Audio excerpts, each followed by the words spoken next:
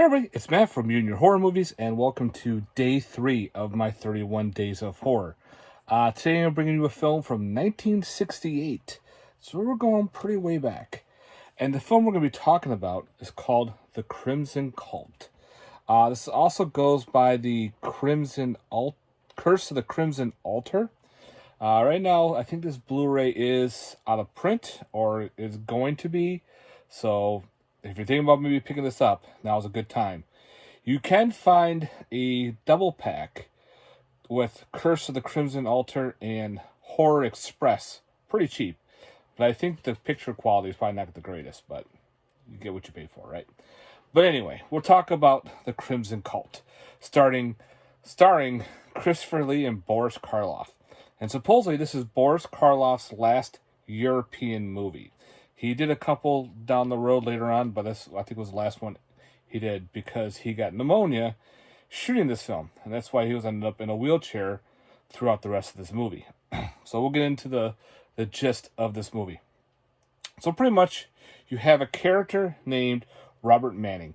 He is an antiquities dealer, and he gets a weird, strange package from his brother about 10 days later. He doesn't hear from his brother for a while, and he receives a silver candlestick and a dagger that's got a retractable blade. He was wondering where his brother's been. His brother's pretty much gone missing. So he's looking up the information, and he finds where his brother's last place to visit, and it was at this place called the Craxted Lodge. So he decides to go down to investigate where his brother is. Maybe he's out with another woman. Maybe he's just staying there for a while, but he hasn't heard from him. So he's kind of a little worried. So he goes down and he meets Christopher Lee, who and his granddaughter, I think it was. Like they were having a weird sex party and everything. So he meets Christopher Lee's character.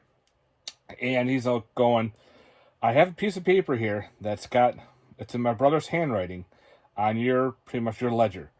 What's going on? He's like, oh, your brother's never been here, blah, blah, blah, blah, blah, but you could stay the night because they're having their annual not Salem, but they're having their own witch burning ceremony.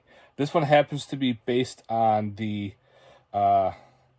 Black Witch of Greymarsh, which is the what was the name? The Legend of Lavinia, which is the Black Witch of Greymarsh.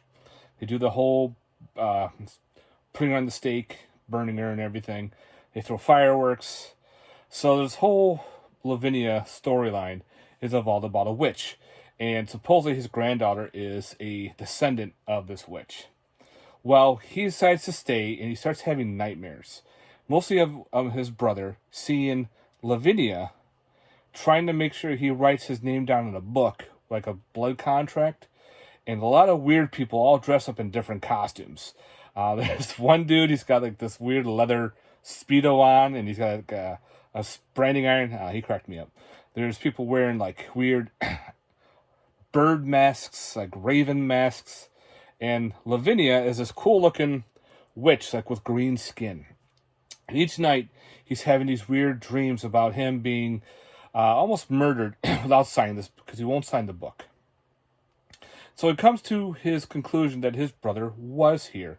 He finds a bracelet ID and everything, and now he's determined to find out what's going on, why his brother is missing, and what's this curse of Lavinia. I keep saying the Black Witch of Greymarsh deal is. What's going on? Why it's happening? He meets up with Boris Karloff, who happens to be the town local enthusiast on witchcraft, fine alcohol. He's even got a collection of torture devices. Yeah. So he starts learning information about what the hell's going on. Really cool twist. When I watched this, I'm like, this is the score on this alone is fucking awesome. I love the music in this. It's very I want to say trippy a little bit, but it's also very soothing. It's weird, but I love the music in this movie. Pretty much, I thought what was going to happen didn't happen, and something else did happen, if that makes sense. So I thought that was really cool. I really like this story. Highly recommend it, guys. This is also, if you're a big H.P. Lovecraft, like his stories, this is actually based off one of his stories. I think it was the, Dream in the Witch House. So that actually plays a very important role in this. So if you're familiar with the story, you'll get familiar with this movie. Again, I'm not going to get too much involved with it, but it's a really cool, trippy movie.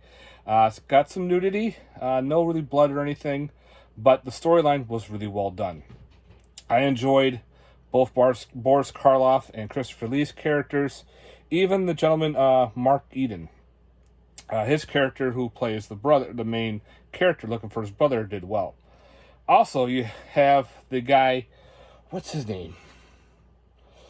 Vernon Swell.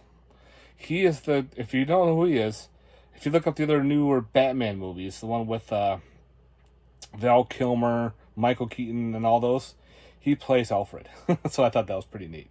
So yeah, guys, I highly recommend, if you can track this movie down, this is a great one to add to the collection. So you got The Crimson Cult, also known as The Curse of the Crimson Cult, I think it was, or something. I forgot the alternate title.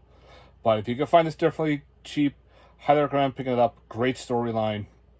If you like the films from the 1960s, I think you'll have a great time with this one too, guys. Again, thanks very much for watching. I hope you enjoyed day 3 of my 31 Days of Horror. Let me know in the comments down below your thoughts. If you've seen this movie or not, or you're planning on picking it up, do so. Alright, guys. Thanks very much for watching, and stay tuned for more reviews. Peace.